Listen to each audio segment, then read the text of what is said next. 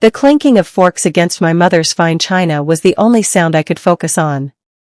I was trying to be invisible, pushing a piece of turkey around my plate. Then my father cleared his throat. All conversation died.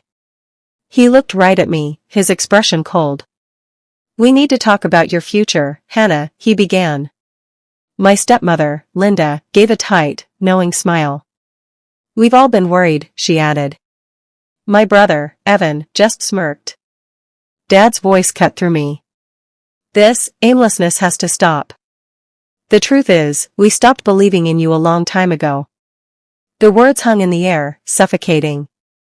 He was mocking my recent decision to leave a stable, soul-crushing job. I sat frozen, the humiliation a physical weight. In that moment, a quiet, steel resolve solidified inside me. This was the last time they would ever make me feel this small. The drive home was a blur of streetlights and cold, silent tears. But they weren't tears of weakness. They were tears of clarity, washing away the last traces of doubt. I had left my corporate job because my boss asked me to falsify safety reports. I refused on principle. My father called it a tantrum. Now, I saw the truth. His belief was conditional, reserved only for Evan, the golden son who never rocked the boat. I would never seek their approval again. I would never rely on them for anything. My hands tightened on the steering wheel, my jaw set. Later that night, curled on my sofa, I finally checked my personal email. Among the spam was a message that made my breath catch. It was from a former colleague, Mark. Mark's email was a lifeline.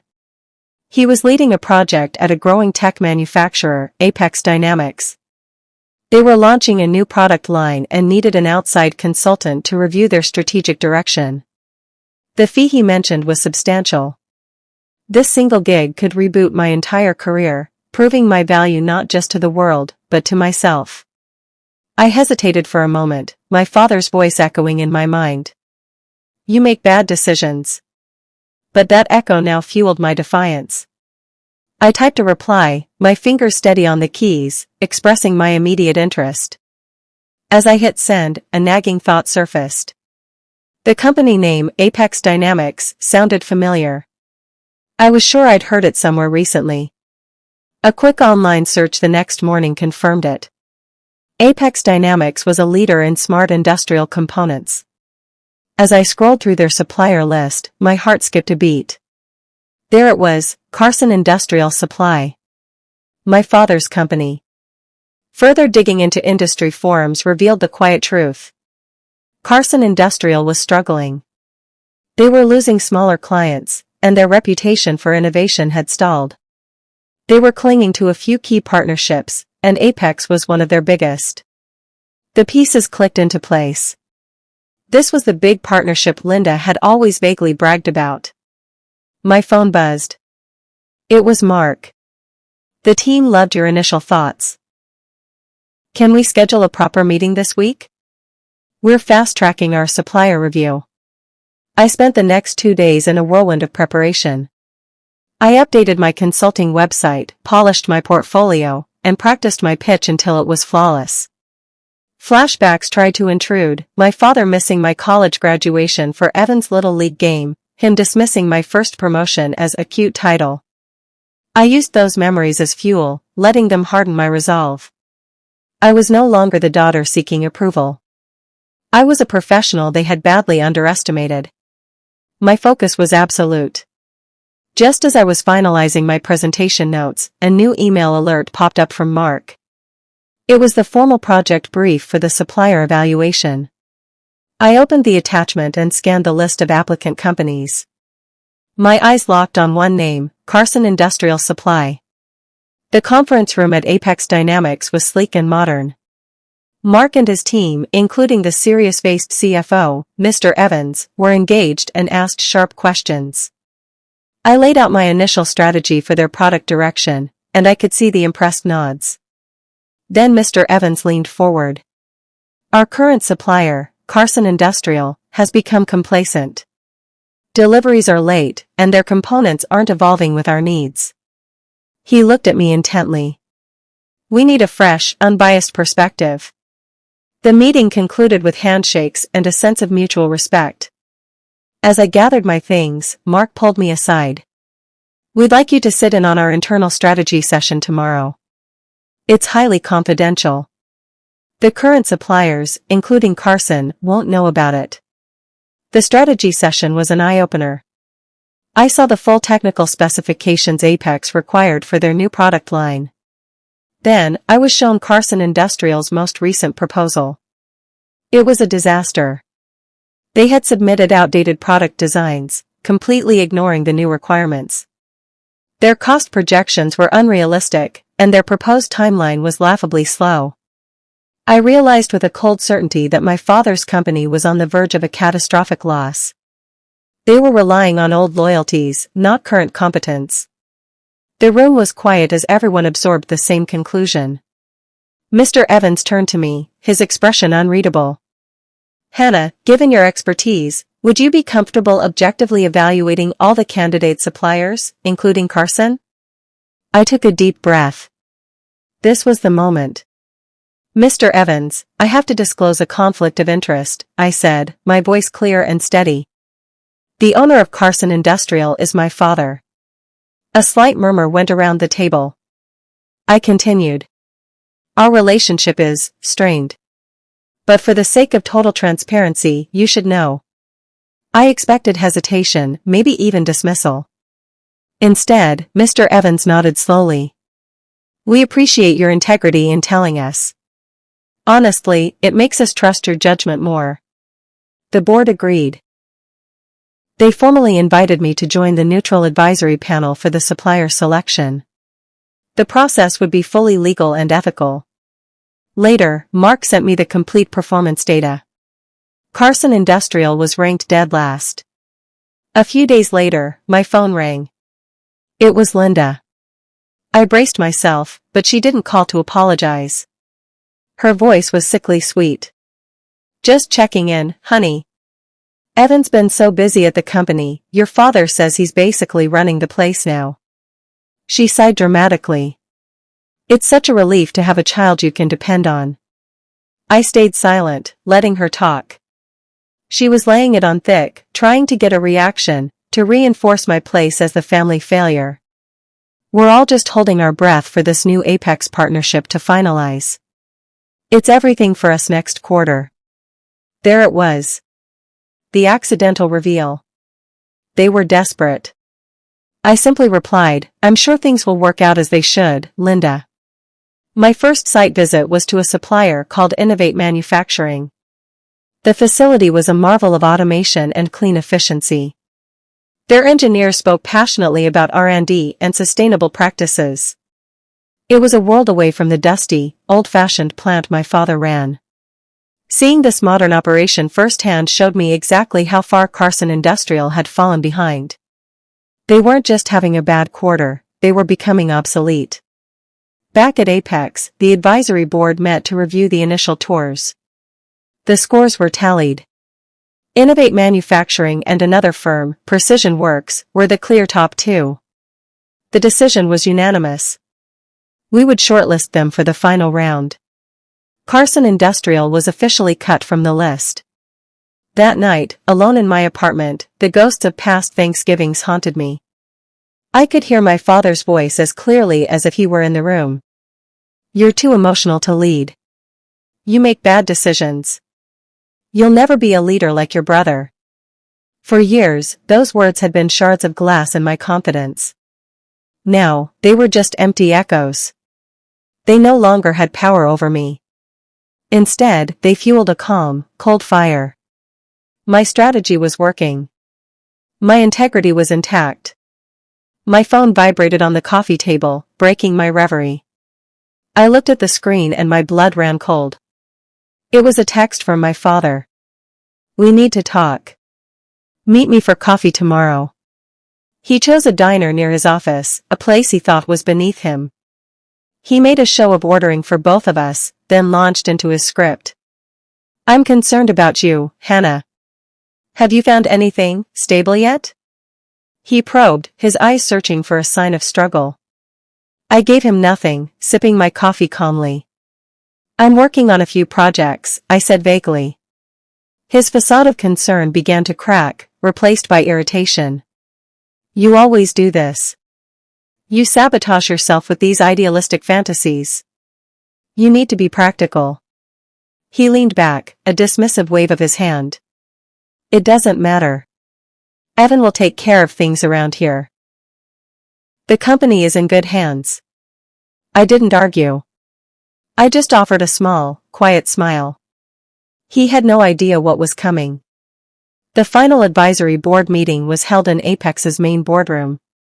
I presented my comprehensive analysis of all the suppliers.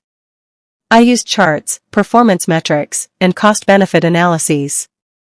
When I displayed the slide for Carson Industrial, the data was brutally clear: lowest innovation score, highest defect rate, poorest delivery compliance.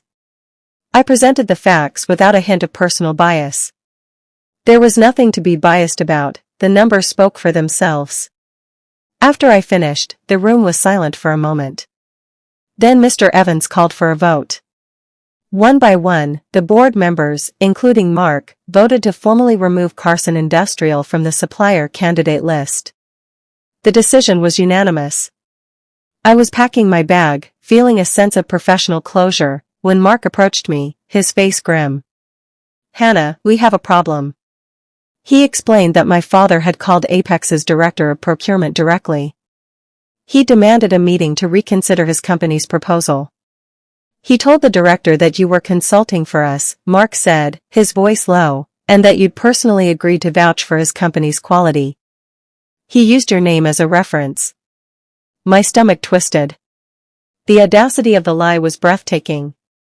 Mark looked at me, his expression a mix of concern and curiosity. The director asked me to confirm. Is that true? Did you agree to speak for them?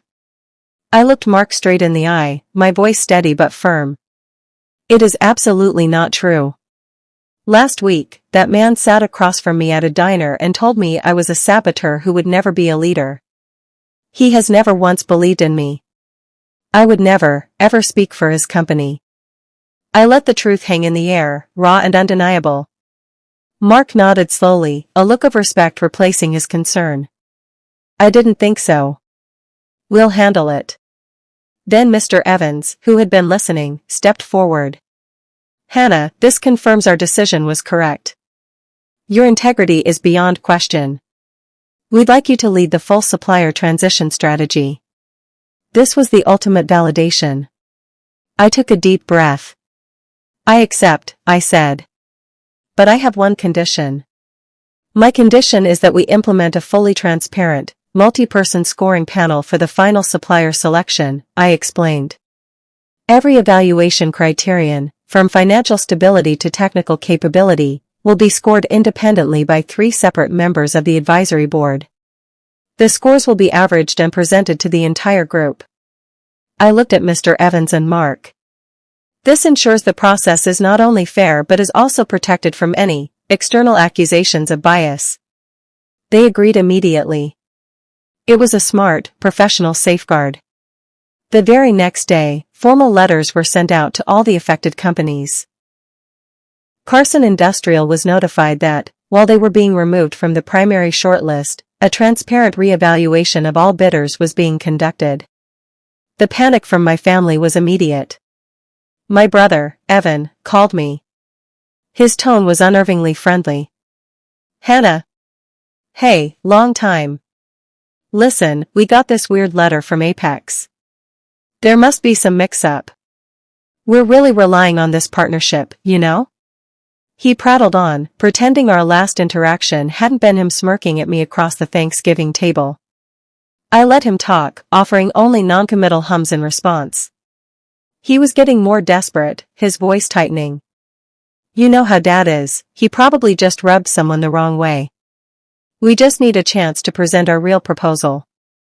We've already told the staff the renewal is practically guaranteed. There it was. The critical slip. They had lied to their own employees. The on-site evaluation at Carson Industrial was a tense, formal affair. My father had clearly tried to clean the place up, but it couldn't hide the outdated machinery or the weary looks from the staff. I stayed with the Apex executives, my role that of a neutral advisor. My father, seeing me with them, tried a new tactic. He began loudly bragging to Mr. Evans about my brilliance and achievements, trying to imply a special connection. It was nauseating. The climax came during a live demonstration of their assembly line. Halfway through, a loud pop echoed through the factory, and the power to the entire section flickered and died. An embarrassing, absolute failure. The look on my father's face was one of pure, undiluted horror. During a break, my father cornered me in a deserted hallway. The mask of the proud father was gone, replaced by furious desperation. "You knew," he hissed, his face red. "You knew about their standards and you said nothing. You should have warned us. This is your fault." I looked at him, my calmness seeming to enrage him further. All the pain and anger of a lifetime settled into a single, clear sentence. "You told me you stopped believing in me," I replied, my voice quiet but firm. I didn't stop believing in myself. I saw a flicker of movement behind him. Mr. Evans and Mark were standing there, having clearly overheard the entire exchange. They said nothing, but their faces were stony. The final scoring meeting was a formality. With the data from the site visits included, the results were more lopsided than ever.